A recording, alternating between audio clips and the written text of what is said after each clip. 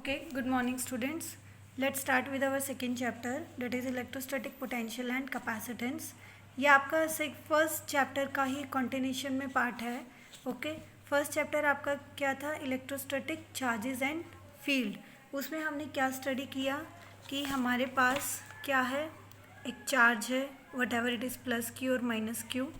इस चार्ज की हमने बेसिक प्रॉपर्टी स्टडी करी. ओके, देन हमने इसके लिए स्टडी किया इलेक्ट्रिक फील्ड. क्लियर?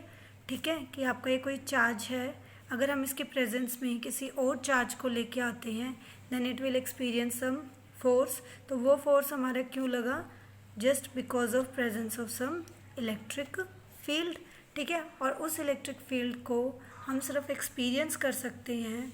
उसको डायग्रामेटिकली शो करने के लिए हमने किस चीज़ को एक्सप्लेन किया? Electric field lines. क्लियर? तो उसी कंसेप्ट को हम आगे एनहांस करेंगे. And now we will study with our next physical quantity, that is your potential. Okay, ठीक है, लेकिन वही ये चीज़ आपको याद रखनी है. Why it is called electrostatic? Because जो भी आपका ये पोटेंशियल या इलेक्ट्रिक फील्ड आपके राइज हो रहे हैं, they all just because presence of the static charges. आपके जो चार्जेस हैं वो अभी भी क्या हैं? आपके स्टैटिक हैं. हम स्टैटिक चार्जेस की ही स्टडी को आगे क्या कर रहे हैं? कंटिन्यू कर रहे हैं. क्लियर? ओके, ठीक है. Now let's study what is potential. Okay, इसको समझने से पहले देखो 11th क्लास में आपने पोटेंशियल एनर्जी का कंसेप्ट स्टडी किया बेटा. What do you mean by potential energy? हमें पोटेंशियल एनर्जी क्या होती है? देखो, what do you mean by potential energy कि आई हैव दिस पेन, ये भी यहाँ रखा है. क्लियर? ठीक है. अब ग्रेविटी इसको क्या कर रही है? अपनी तरफ, नीचे की तरफ पुल कर रही है.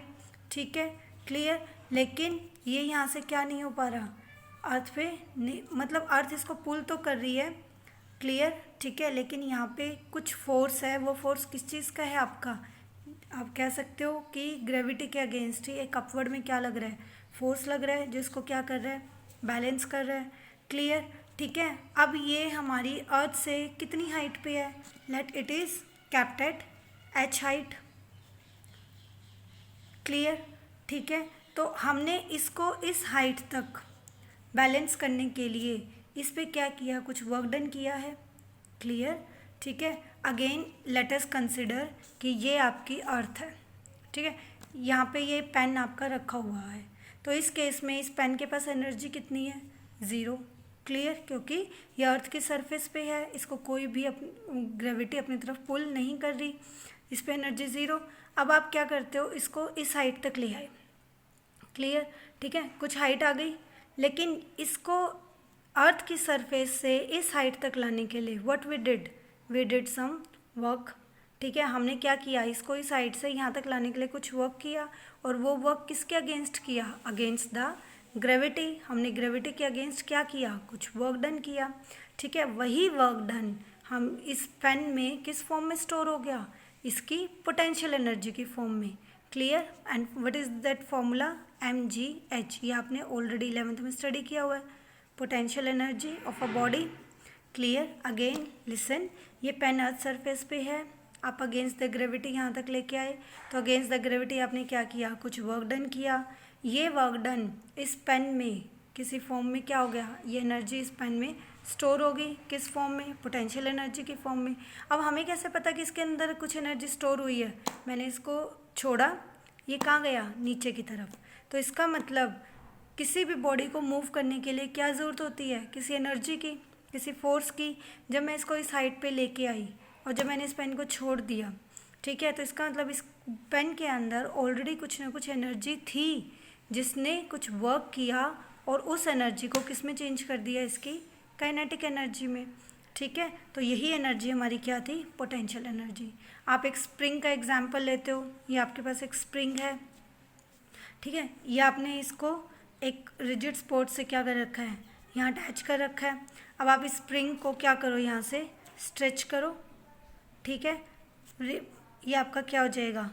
स्ट्रेच हुआ. ठीक है, यहाँ से आप हमने इसको क्या कर दिया? रिलीज़ कर दिया.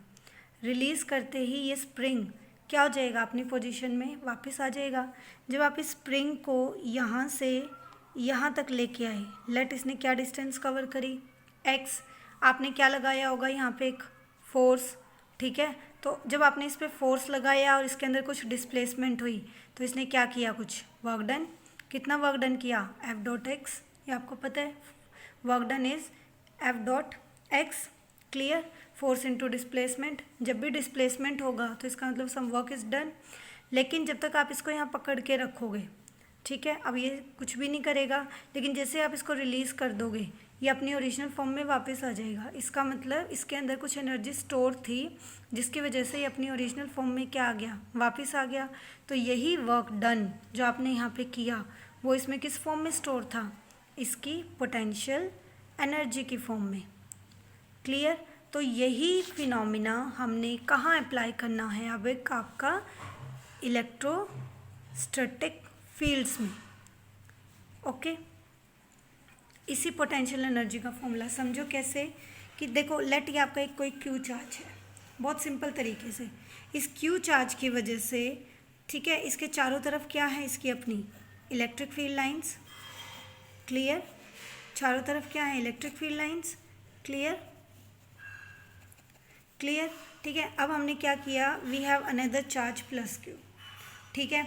अब हम इस प्लस क्यू चार्ज को, इस प्लस क्यू जो आपका सोर्स चार्ज है, इसके फील्ड में लेके आए।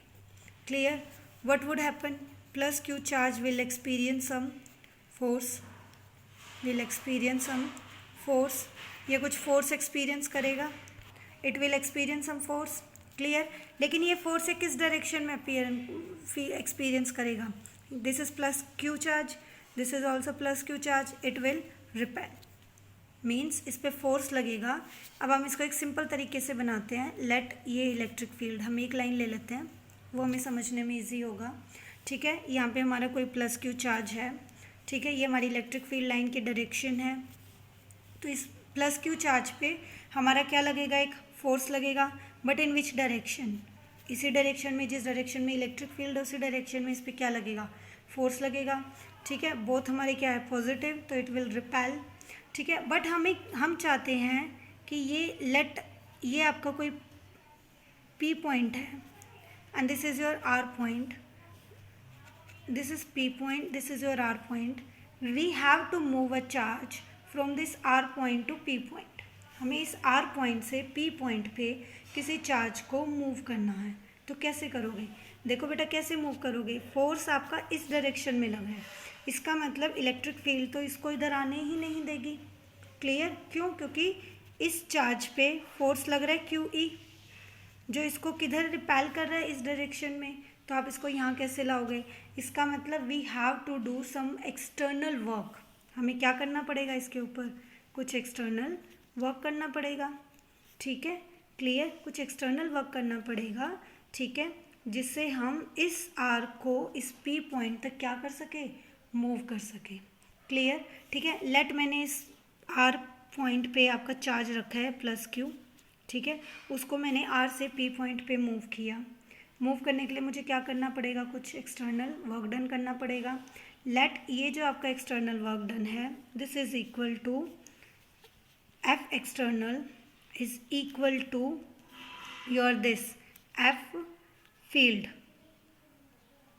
जो आपका फील्ड के लग रहा है, ये दोनों, मतलब मैंने इतना ही फोर्स इस पे लगाया जितना फोर्स आपका ये चार्ज इस फील्ड की प्रेजेंस में एक्सपीरियंस करेगा। ठीक है, बट इस फोर्स की डायरेक्शन क्या होगी, एफ फील्ड की इधर, और जो आप एक्सटर्नल वर्क डन करोगे, एक्सटर्नल फोर्स लगाओगे, उसकी डायरेक्शन क्या होगी, इधर, F external.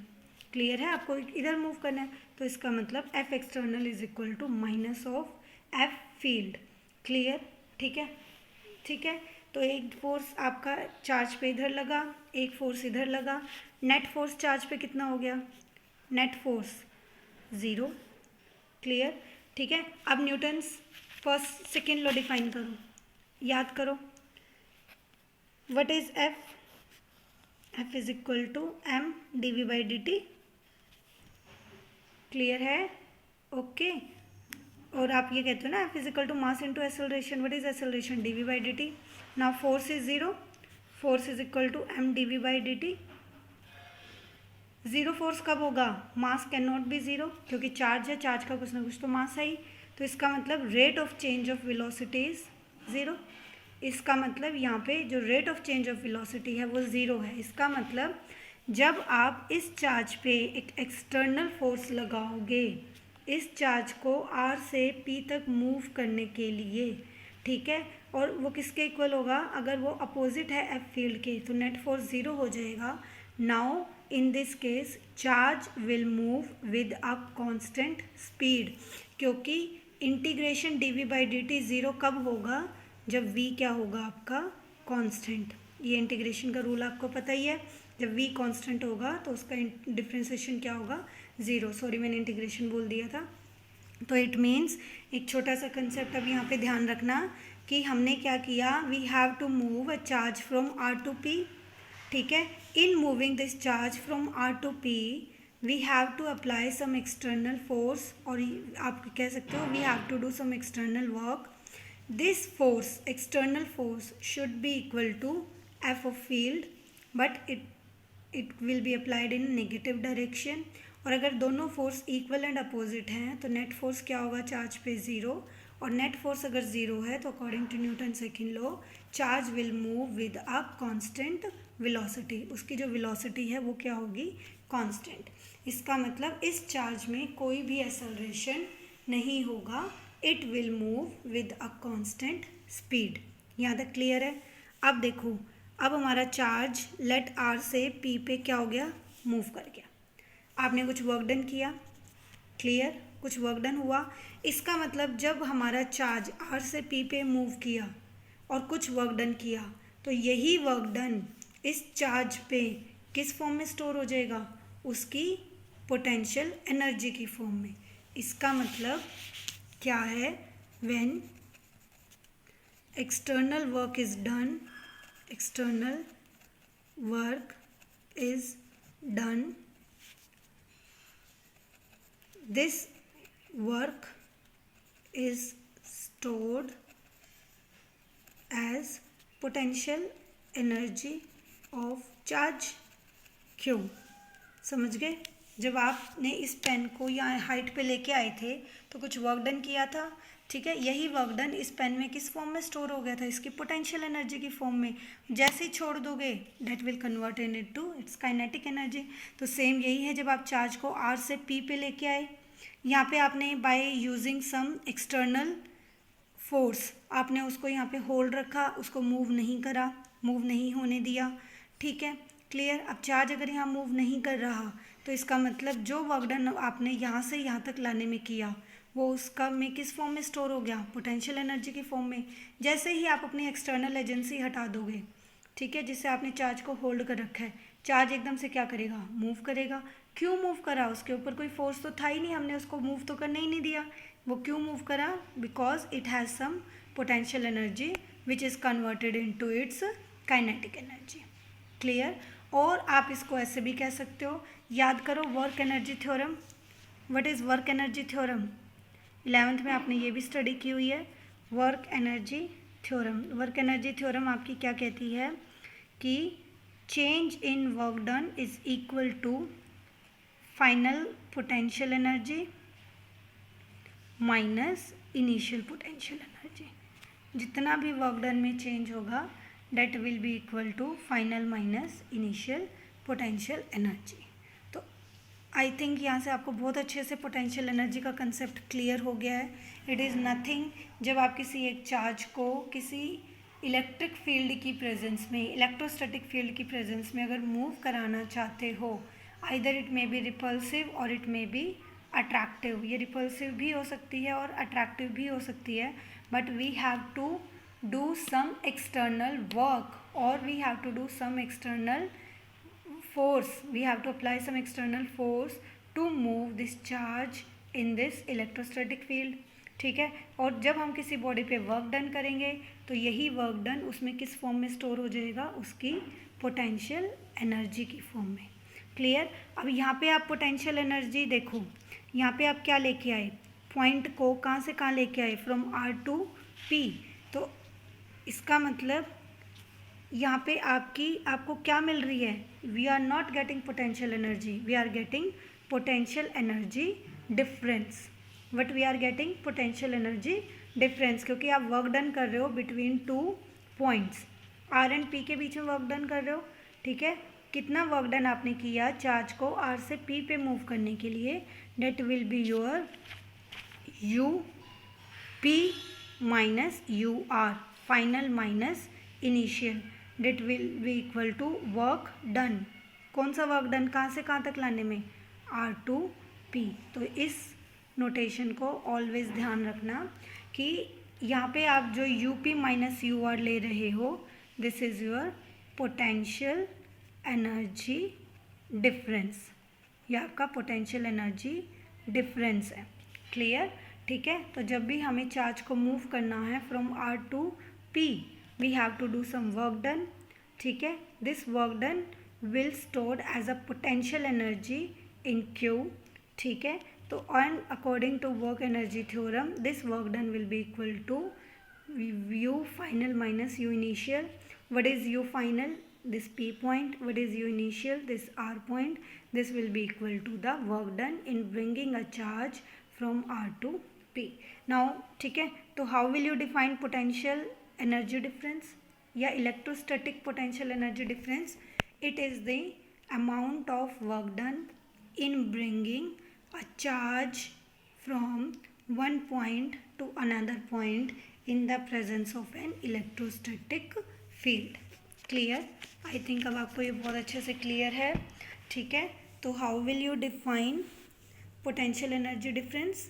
It is defined as the work required to be done by an external force, keep in mind, by an external force in moving without producing any acceleration, in moving charge Q from one point to another for electric field. I think ये अब आपको बहुत अच्छे से clear है, ठीक है, okay, ठीक है। नेक्स्ट इसके अंदर आपको देखो बेटा, तो आपकी एक चीज़ और है, मैंने अभी आपको क्या बनाया, ये एक डायग्राम बनाया, ठीक है। ये आपका R, this is P, clear, ठीक है।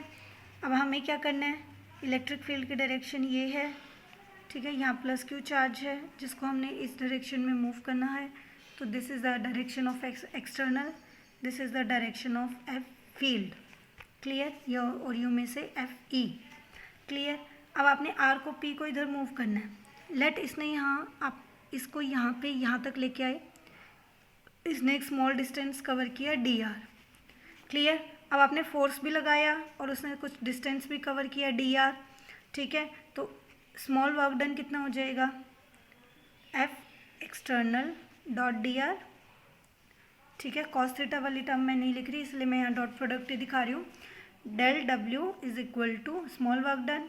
अब आपको नेट वर्क डन निकालना है, कहाँ से कहाँ तक, फ्रॉम आर टू पी, तो नेट वर्क डन क्या हो जाएगा, integration F external dot D R from R to P, ठीक है। और एफ एक्सटर्नल किसके इक्वल है, एफ इलेक्ट्रिक फील्ड के, लेकिन विद योर नेगेटिव डायरेक्शन, तो F E dot D are.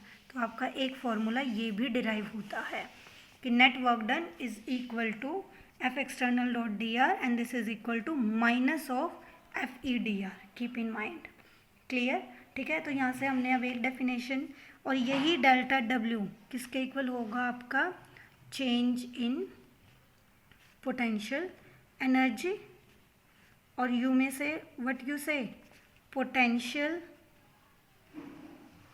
Energy difference. I hope यहाँ तक सबको क्लियर है, थैंक यू।